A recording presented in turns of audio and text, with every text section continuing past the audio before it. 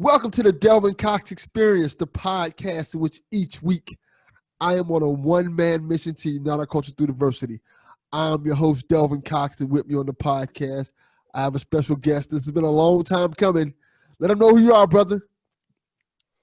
Oh, hi. I'm Dave. I'm Australian, and I'm on a podcast called We Are Assholes, which Delvin's pretending he wasn't a guest on a few weeks ago. I am not pretending I wasn't a guest on there at all. Oh, man. Before we get to that, as always, I like to start the podcast off with the 5 for 5. 5 questions, 5 answers to get the ball rolling. Dave, are you ready?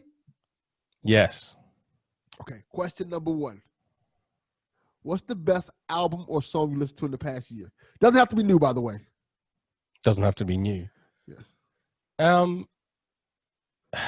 Yeah, okay. So recently I listened back to Radiohead in Rainbows, which is one of the albums Radiohead released after they released the popular ones that everyone knows about. So, the nerds like me stuck around, although even I'm waning on Radiohead at this point. I haven't listened to a Radiohead song in quite some time. I kid you not. It's been maybe 10 years. Yeah.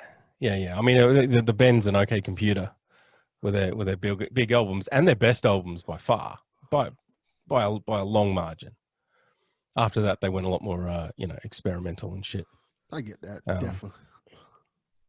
But there's a song in Rainbows called "All I Need," which is it's one of the songs that you think, oh, this is going to be a bit of a love song, but it's like I'm trapped kind of love song. I'm trapped in this relationship. I think one of the lines is something like I feel like an animal trapped in your hot car. So, yep. Sounds like an interesting song. I got to hear that one. That sounds interesting. Yeah. Right. Definitely. I like that answer. Question number 2. If you could have one superpower, anyone you want, what would it be? Can I have the power of more dopamine in my system? Is that a superpower? It technically, yeah. I guess Bane kind of has that in terms of his venom, and he gets big and strong. But why would you want dopamine instead of just having a cureness to your ailment? Well, that would be a cure to my ailment. You can wish for any power you want. Like, you could be like, I can regenerate muscles and stuff like Wolverine, be invincible. Yeah, that'd be okay.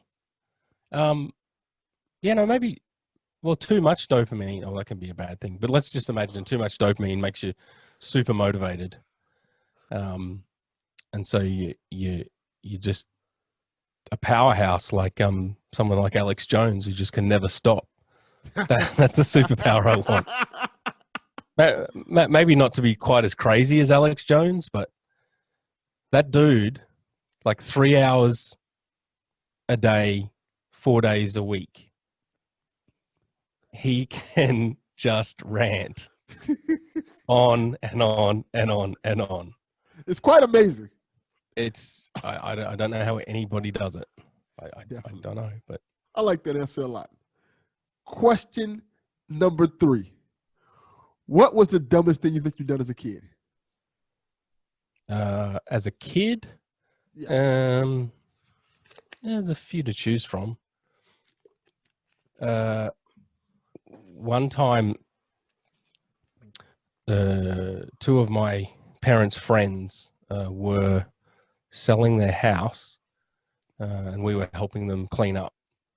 And I was given the task of washing the outside of the house, just getting the hose and hosing it down a bit. And I thought it was cool to hose into the exhaust fan of the bathroom. Oh. So because it made the fan spin around and it looked cool. and it completely filled the bathroom full of water. Oh no, that's not good. So that's pretty dumb. Yeah. Yeah. I know. As soon as you said the exhaust fan, I knew exactly what you were talking about because I've seen quite a few of those exhaust fans in bathrooms, and Yes. yeah, you want to put water in them. No. Yeah, so they had to dry up the bathroom, fill it with towels and shit. I never got in trouble for that. I think I should have. That's so dumb that I should have got into a little bit of trouble for that. Yeah, but your But parents were very good.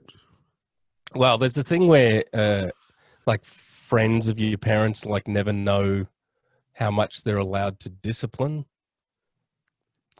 you if you do something bad. It's like, so you can often get away with more than you would. That's a good point. Yeah, that's very true.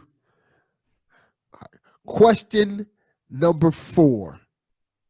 Yes. Who would be your dream guest to have on the podcast? That's a really good question.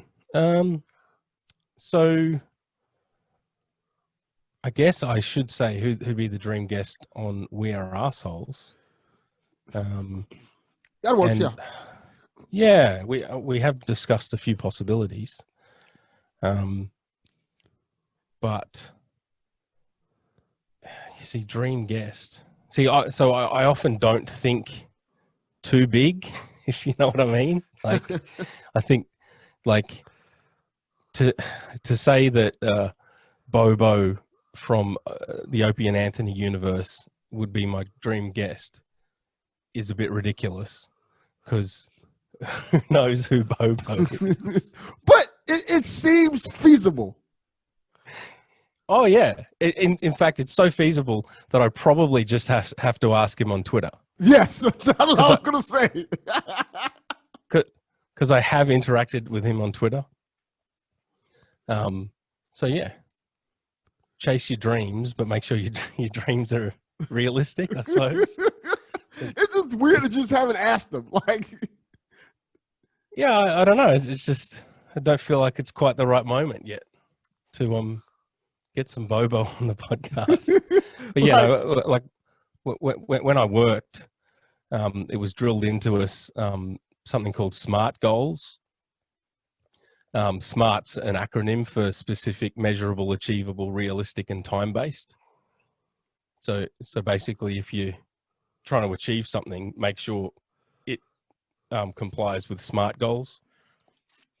So just saying that, you want, I don't know, Joe Biden on the podcast, for example, it may be not realistic. Yeah, that makes sense.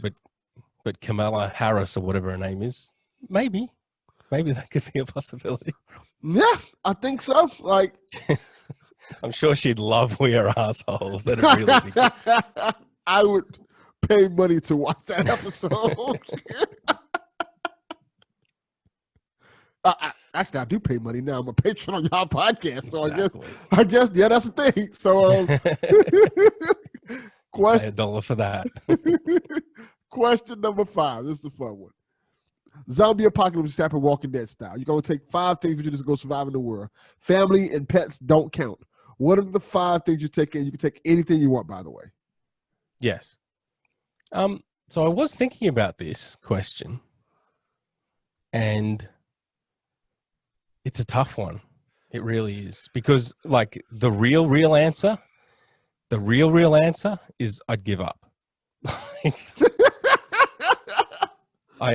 I have zero delusions that that would be survivable for me.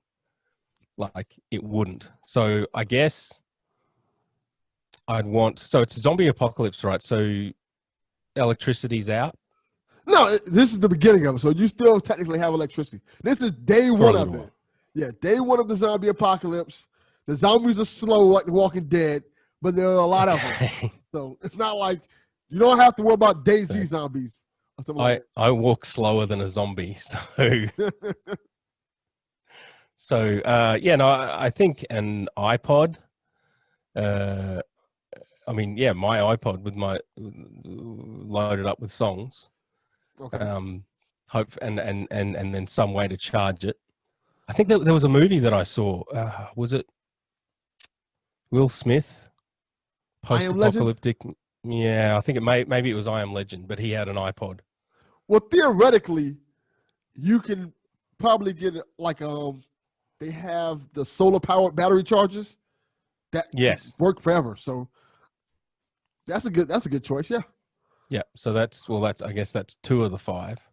Okay.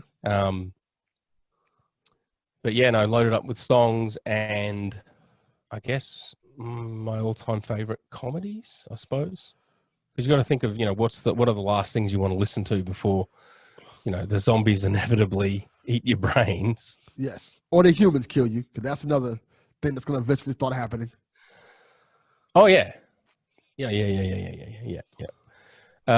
Yeah, so that's 2, and I got to think of 3 more.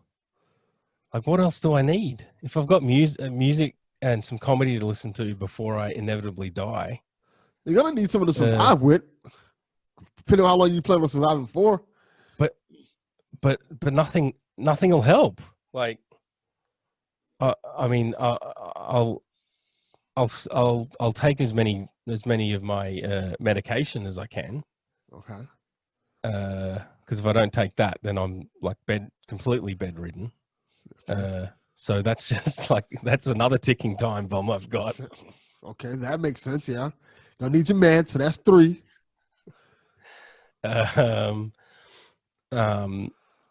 And then like, do you want something that how do you put it? You can take matters into your own hands, in preference to getting eaten by zombies. That makes sense, I guess. If you feel like you're at your last line of defense and you're not going to make it, do you want to die by the zombies or you want to die by your own hands? Exactly. That's going to be kind of difficult, though. I don't know if I'll be. Well, shoot, if you don't have an option, I guess you may not have a choice but to kill yourself as opposed to letting a zombie. I don't know what would be more horrifying in that case: a zombie eating you to death or you pulling a trigger and blowing yourself away. It's kind of a catch-22. Well, I think one would be quicker than the other. But even so, I don't know. How long does it take to get your brains eaten until you're dead by a zombie? See, that's the thing. I don't know. You may die from shock, but at the same time, what if you have the gun and you freaking miss? Like you try to shoot yourself and you freaking miss. Yeah, that actually happens quite often. Or the gun backfires. It's like, whoa, that could be an even worse situation. Yeah, that's true. That's true. But I'd probably take my chances. Just like Martin Riggs did in Lethal Weapon with his hollow point bullets or whatever he had. Did you hear? Like every night, Martin Riggs was this close to killing himself. Did you hear the alternate ending to that movie? I think it was part 2. What, Lethal Weapon? Yes, I think it was part 2 where there's an alternate ending. I don't think they filmed it where Martin Riggs actually dies. Oh, okay. That would have killed off the sequels. Very much so, yeah.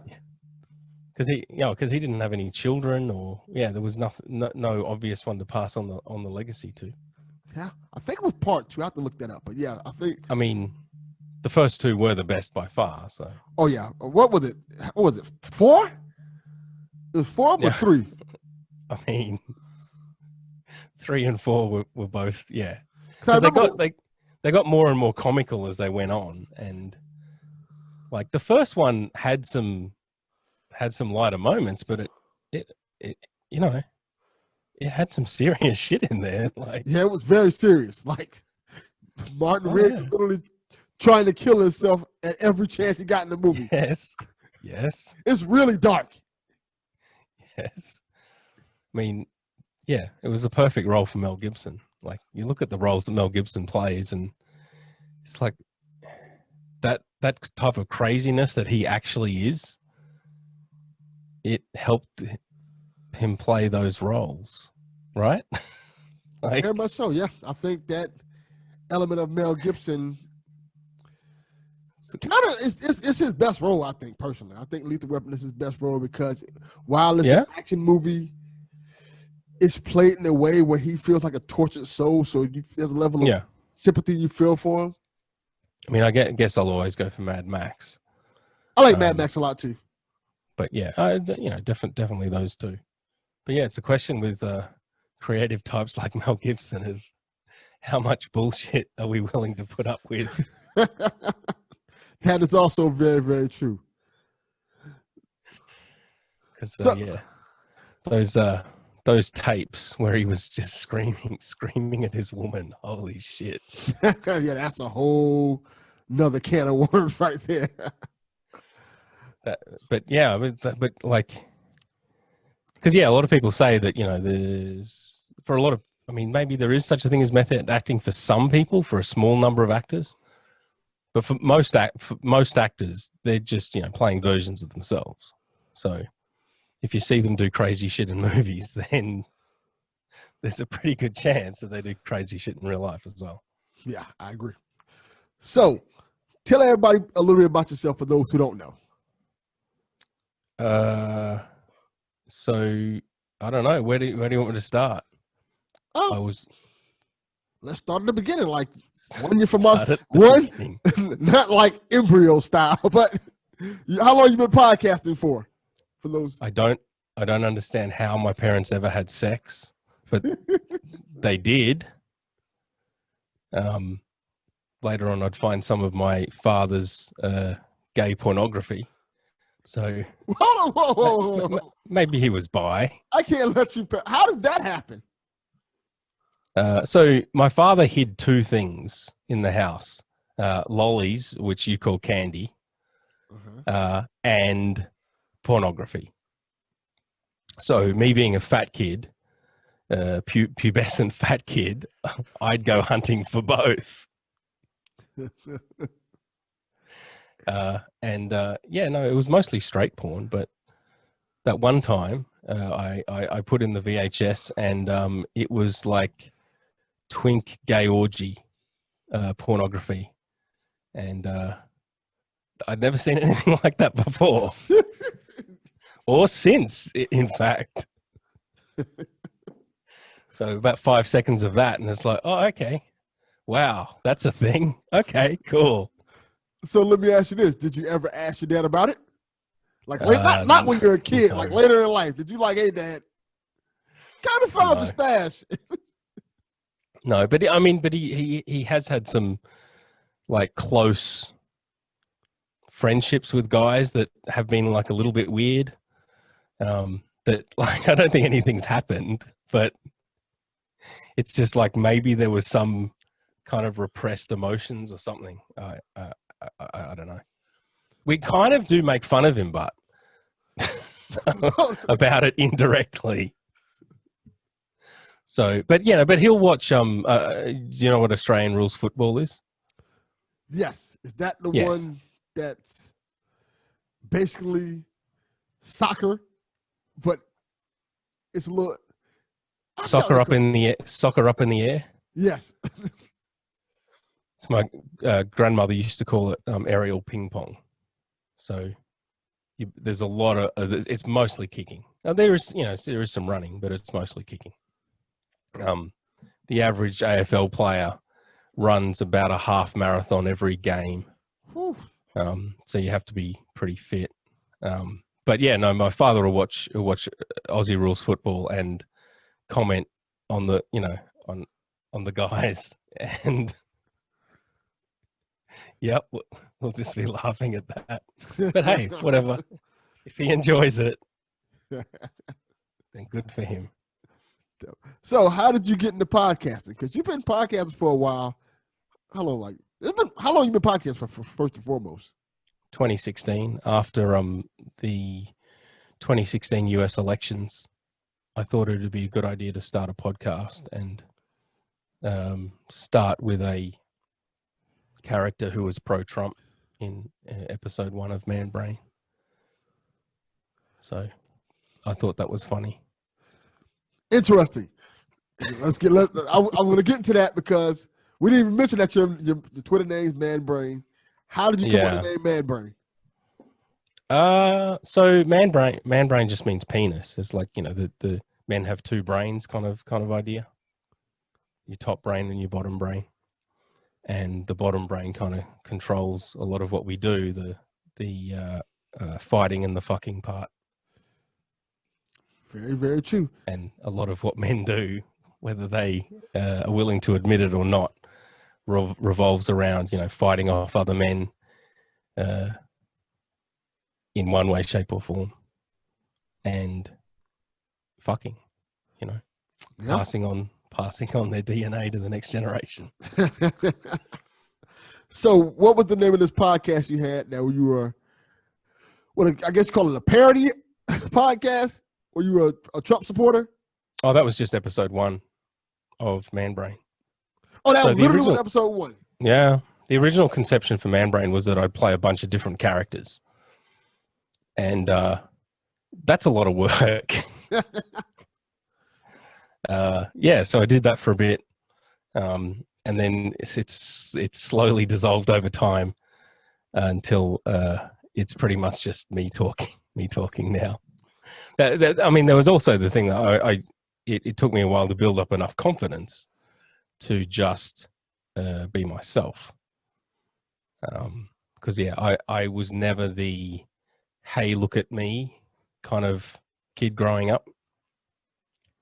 I was the one that would come up with jokes, and then my brother would copy those jokes, and people would laugh at my brother instead of the person who made the jokes. Instead of the person who made the jokes. So you were like a ghostwriter.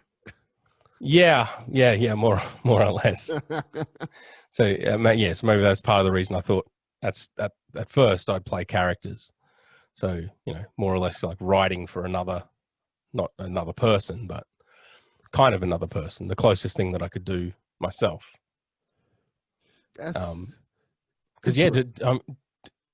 timing and delivery of comedy is really difficult.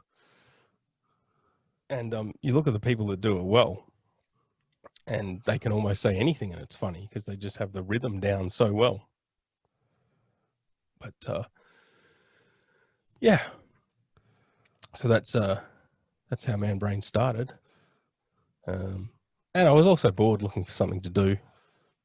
And I was also, mostly trapped at home. Explain. Let's get into that. Explain why you were mostly trapped at home for those who don't know. Oh, with my Parkinson's.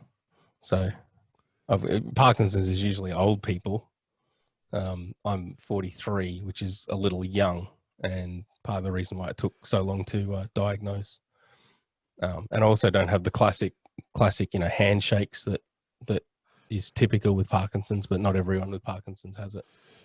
Yeah, I think when most people think of Parkinson's, they think about Michael J. Fox. Yes, who was also early onset. Yes, very much so. I think he was there. I want to say he was still in the prime of his career, kind of. Yeah, I guess. Yeah. He's like what? Early 40s, late 30s. Yeah, he was doing. What was he doing? Spin City. Spin City, maybe. Yeah. So so he's still. That was a pretty successful show at the time. Yeah. Yeah, I think. So how did you find out that you had Parkinson's? Is that a thing that you just noticed one day? Well, it took like 7 years to diagnose. So, because, at the start there's, symptoms that could be a whole number of different things. And so you get tested for all sorts of different shit. There's no definitive test for Parkinson's other than an autopsy of your brain. So wow. We'll have to wait for that while I'm still using it. So my neurologist doesn't diagnose people too early. I mean, one criticism of him is maybe that he diagnoses too late, but problem is, if you misdiagnose, then you can put people on the complete wrong trajectory. And I mean, there's even people that get misdiagnosed, and then the doctors realize they've been misdiagnosed, but the patients refuse to believe the new diagnosis. Wow, that's Yeah. kind of rough. Yeah, because they're just so their minds just said, oh, I've got this affliction. This is me. This is part of my identity. They have trouble. So how did you even cope with learning that you have Parkinson's? That has to be a life-altering thing. Oh, I didn't. Is the short answer. Yeah, so my ability to work as a structural engineer slowly evaporated over about a year. That my work performance was just getting worse and worse and worse. And the chronic fatigue meant that it was getting harder and harder to, just show up for work in the first place. And once you stop being able to work, that significantly changes your life. A lot of people say that that they'd love to not be able to work, or not have to work. I mean, they just chill out around the house, and it'd be a great life. And Nope. maybe it would be for a little while, but most people it hits them eventually. That what my first psychiatrist basically said, a man playing the gender roles, which a man's pretty much got to have a job, otherwise they don't cope very well. And that women are better coping without jobs. And I think that is somewhat true. Yeah, I don't like to hold too fast to strict gender identities, but there certainly are trends. I think you're kind of right. Yeah. Hold on a second. You're right. Yeah. So me not losing my ability to work. Yeah, I think that's probably taken about 5-6 years to come to terms with. Because you stop working and you lose all that social interaction, all the goal setting and goal achieving and all that kind of fun stuff. Like I was in a pretty demanding job, and you take that away, and then so I mean, I think after I stopped working for the first 6 months, I was just in bed, pretty much the whole time, with severe depression. So I mean, it was a combination of the start of the Parkinson's contributing, but major depression on top of that, and then because we're still years away from a diagnosis, we went down the route of mental health, so thinking that it might have been psychiatric condition rather than neurological. So that was a fun ride. So going through multiple psychologists and psychiatrists, because I at times can be a little difficult to get along with. So it's probably no surprise that I've been through three psychiatrists and 5 psychologists, I think, something like that. Wow. Yeah. Let me ask you this, because you said you could be a little difficult. I've noticed that. I've always been cool with you. I've never had any problem with you whatsoever. I find you charming and stuff. Eccentric, but charming. Oh, I hope so. Yeah. But do you think the Parkinson's has kind of in a way affected that, your communication with people and not being able to get along with people? Not in terms of you, not the disease itself, but the depression that comes from it and things like that. Because I can see that happening, because you mentioned earlier how one of the things that came from Parkinson's is you not having the ability to work. Yes. You not having the ability to work stop you from interacting with people. Yes. And I can see that causing a problem alone there, because people don't realize this. One of the things that's very positive about work is being able to interact with other people on a daily basis. 100%. Yeah. And once you lose that, it affects you. Like, I'll give you a Oh, perfect yeah. example. I work now with my grandmother. Yep. It's just me and her. It's like a private company, private business, stuff like that. Before Uh-huh. I worked with her, I used to work with teams of like 10, 20, 30 people and stuff like that. Yes. Yeah. I That's used a to big always change. have that communication with them and stuff like that. Yeah. And once that stopped, Mhm. I noticed I was getting depressed because you're not experiencing conversation with other people every day. Yeah. Yeah. No. I totally agree. So just me on my small level experiencing that, Yeah. I can imagine it could probably be 100 times worse for you. Yeah. So yeah, I mean, so that in trying to conceptualize a lot of this stuff, I came up with the 4 pillars of motivational stability, which are, I mean, it's nothing amazing or new, but it's purpose, community, health, and resources. So you need all those 4 things. I like that. Yeah. So most people just say purpose and community, but health and resources are kind of important too. Yes, very much so. Yeah. So losing purpose, not having a job anymore, losing a big chunk of my life, what my life purpose was. Because I did kind of like working.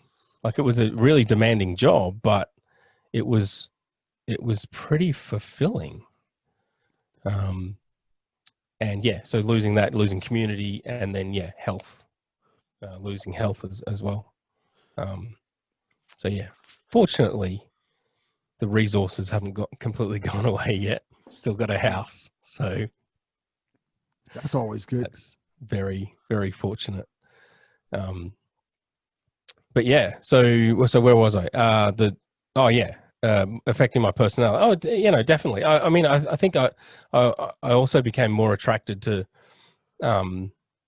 more, I guess, extreme versions of entertainment, maybe is how I'd put it. So more attracted towards extreme comedy or offensive comedy, that kind of stuff that I previously wasn't into. And I think, and I guess me trying to emulate some of those, some of that, offensive, extreme type comedy. I'll go for the joke over people's feelings, I would say. But that was probably one of my character flaws long before. Like, I would say something that I thought was funny, that no one else really laughed at, and it just annoyed people. I think that's one of your charms that you have that ability to do that. And some people get it and some people don't. I've quite often that I've been in conversations where people didn't get it, and I've also been in conversations with people who did get it. And I think that's pretty that dynamic's pretty entertaining, to be honest.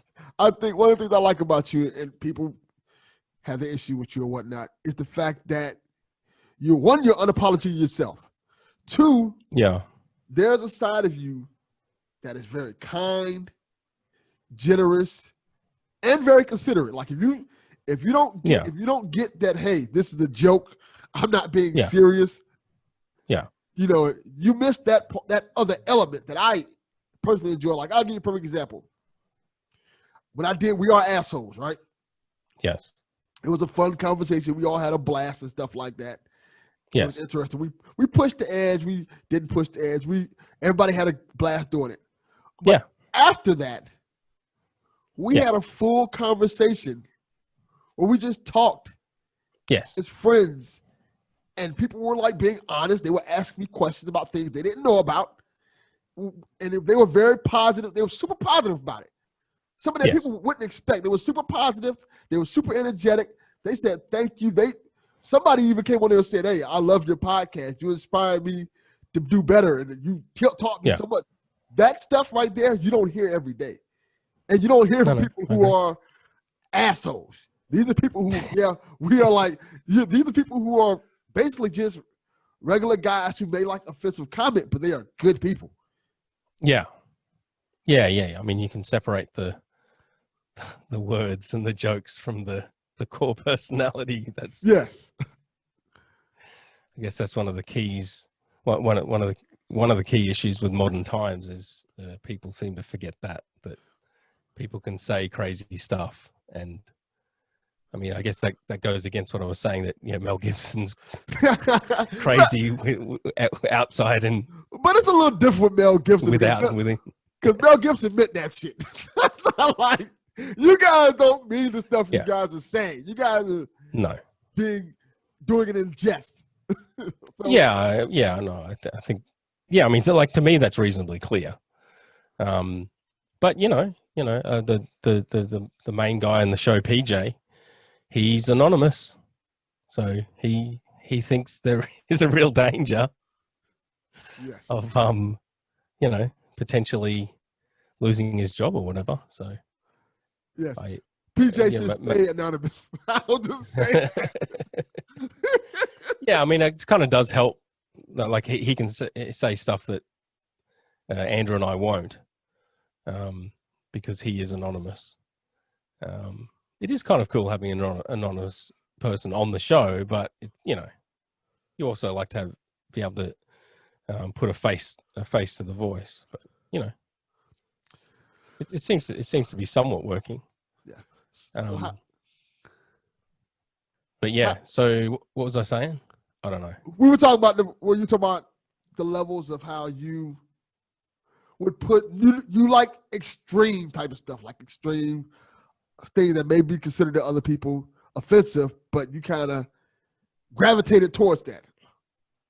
Yes. Yeah, no, that's true. Well, yeah, and with We Are Arseholes, like PJ's a match for me in his ability to piss people off. In fact, I think he's better. He's better at it than I am. Yes. He'll just go, I mean, you've seen him on Twitter. Yes, I have. He'll just go straight for the jugular, which I usually don't. I'm usually a bit more roundabout about it. Like, I'll usually try to get to know you a little bit first. I think the way you do it, you kind of have a more charming way of doing it, where PJ just kind of just goes for your throat and hopes for the best. Yes. Yeah. Like PJ will find a podcast and call them unfunny broads, and then just say keep far going worse things and double down. Yeah. But yeah, I mean, I guess we need some people like PJ in the world. I don't know. I suppose. I guess. I don't know. That's an interesting topic right there. Do we need people who are like PJ in terms of he's harmless in terms of, he's not really mean what he says.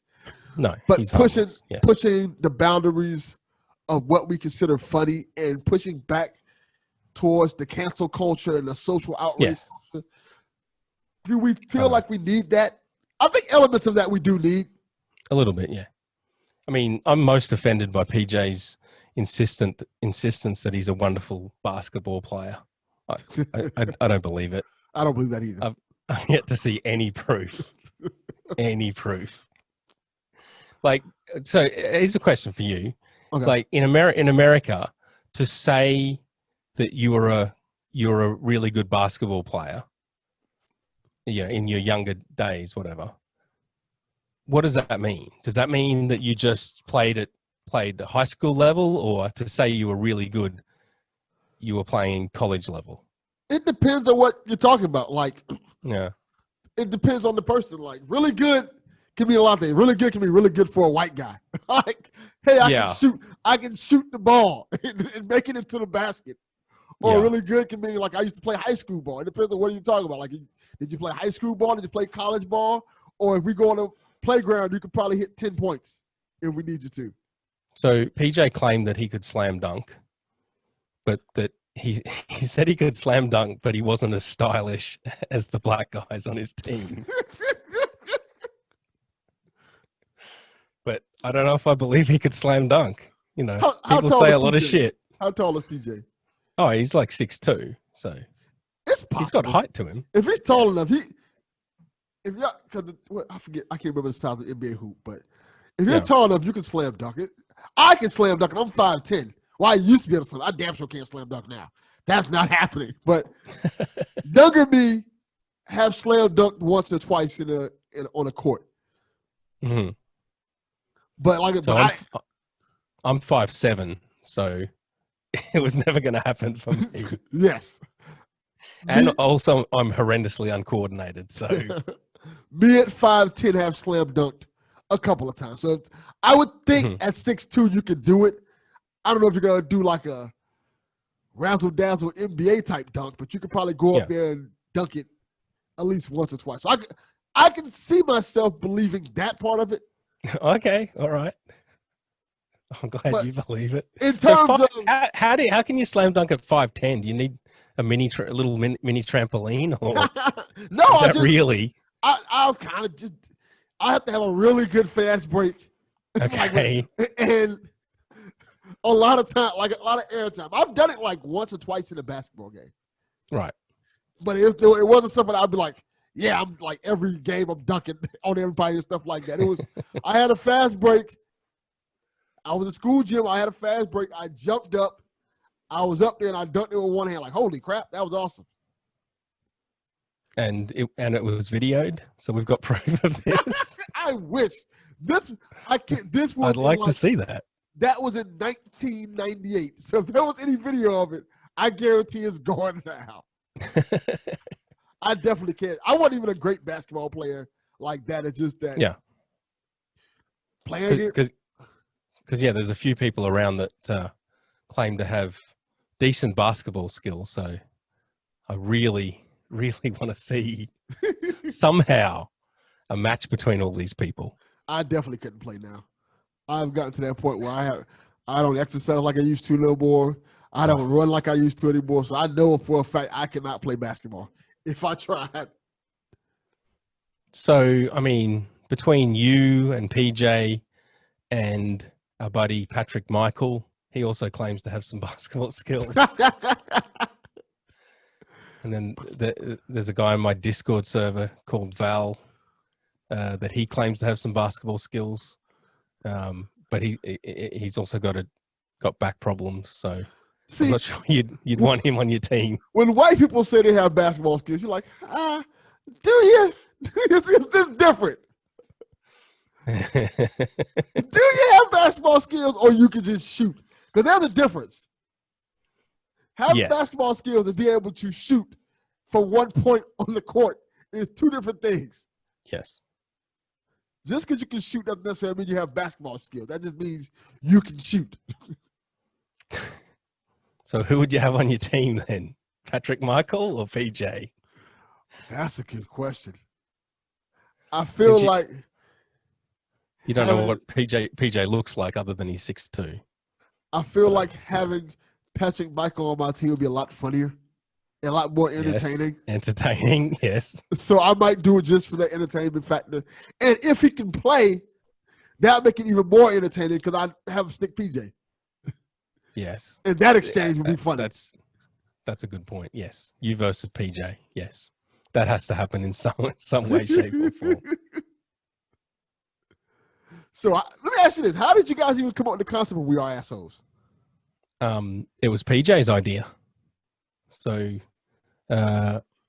he was and still is a massive fan of Who Are These Podcasts?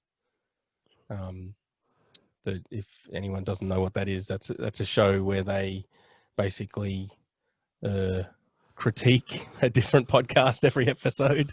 Yes. And yes, have a lot of colorful things to say about all sorts of different podcasts. So yeah, PJ had written some parody songs for that show. I think, Patrick Michael parody songs actually. Oh, the good songs by Seamus. Yeah, I've heard those. They're really good. Yeah. And then out of the blue, he just messaged me on Twitter and say, "Hi, I'm thinking about starting a podcast. Do you want in? Like, okay. I try to say yes. I try to say yes to everything because, like, most things don't happen. Like, people say a lot of things, right? Yeah. So it's you kind of learn that you just say yes to everything because most things don't even pan out. Very true. But because PJ said, "Oh, I want to start a podcast. I don't have a computer. I've got to get one of them." How do you start a podcast with no computer? Well, he did get a computer, yeah. So when he said I don't have a computer, I'm just like, oh, okay, this guy's, yeah. I would probably said, "Fuck off." You tell me I'm going to start a podcast with no computer. This guy was making parody songs on his phone, just somehow using apps on his phone. Wow, that's impressive. Yeah, I don't know. I don't quite know how he did that, but he worked it out, so that's pretty cool. But yeah, then we were just talking about. PJ thought it'd be good to have 3 people on the show. And originally we asked Nice Doug from Good Times, Great Movies podcast. And he was too busy because he's got a life and a real job. So perfectly understandable. We subsequently did have Nice Doug on our show. And probably the 2 best episodes so far are your episode and Nice Doug's episode, actually. Oh, thank you. I appreciate that. Yeah. I enjoyed my episode a lot. Yeah, and they've got the most positive feedback as well, I think. But yeah, so Nice Doug was out, so we approached a guy called Andrew, who was a fan of Who's Right podcast. We'd been talking in their after shows, and thought that maybe that'd be a fit. Then I think PJ came up with the idea that we'd do a spreadsheet and rank stuff. So the reaction to spreadsheets has been entertaining. Because turns out some people really don't like spreadsheets. This is very true. Which is really funny. When I worked, I led my company's spreadsheet committee. We just had a little committee that we were trying to make, design spreadsheets. So yeah, I actually, spreadsheeting was a big part of my job, or decently large part of my job. So it's pretty funny that whatever 6 years later, a guy comes and says, "Oh, let's do a podcast, and we use spreadsheets." Like, holy crap! Yeah. So that definitely helped me to say yes, because I still really like spreadsheets. They're really cool. Let me ask this final question I want to lead into, because I think this is going to be interesting. Yeah. Do you think podcasting has helped you with your depression and everything? Oh, 100%. Yeah. No, absolutely. Absolutely. Because we're talking about purpose, community, health, and resources. Health is physical health and mental health. Podcasting hasn't really helped much with resources. Although I am. You have a Patreon. Yes, I do. And the Patreon does. For my level, it does pretty well, actually. But it's a little bit far away from paying all the bills. Yeah, definitely. We're both still working on that level to get to that level.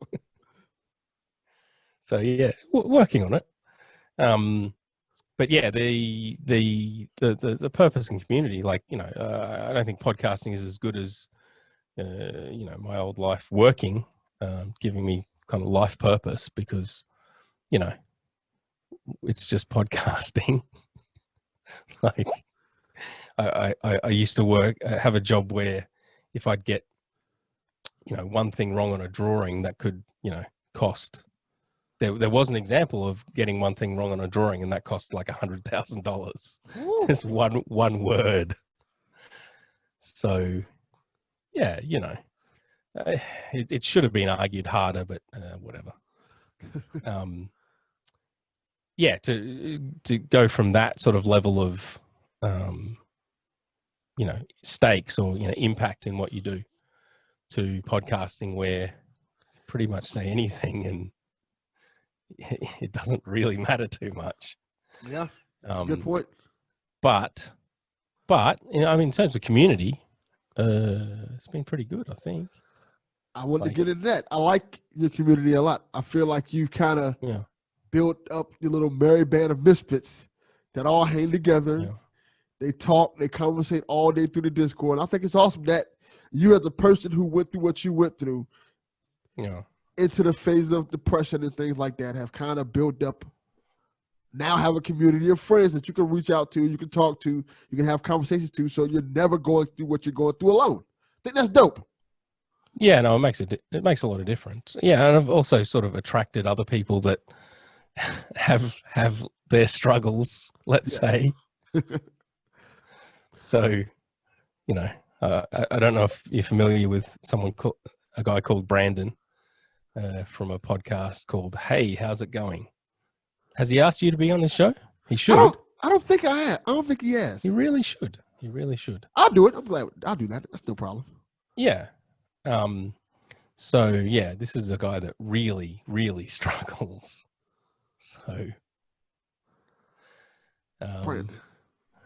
but you can't 100% choose the people you hang around with, because it's a two-way street. Yeah, I agree. You have to want to hang out with them, and they also have to want to hang out with you. So, like that. I think our Discord, it's not gender diverse. I'll say that. That is very true. 99% dudes. But other than that, we got a pretty wide range of opinions and ideologies on things. I agree. I really don't like, echo chambers where everyone has to agree with everything, otherwise they get kicked out. So trying hard to not be another one of those groups.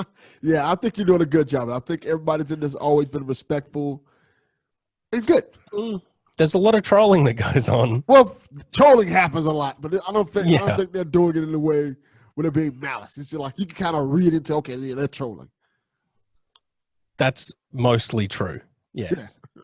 I think we do tend to take it to a bit more extremes than other groups. But at least it's somewhere where I don't think anyone feels held back on what they can say. So we'll get people saying all sorts of crazy shit. Yeah. Which, if you say that on Facebook, it's going to be frowned upon. Very, very much so. But yeah, one of the guys is Samoan American, and he likes to tell us how much he dislikes white people very often, and that his whole family has ingrained into him a dislike of white people. So, but he's also a pretty good cook. So take the good with the bad. Exactly. It takes everybody to make the world go around. This has been a great conversation, brother. Let them know where to find you at, Dave. This is awesome.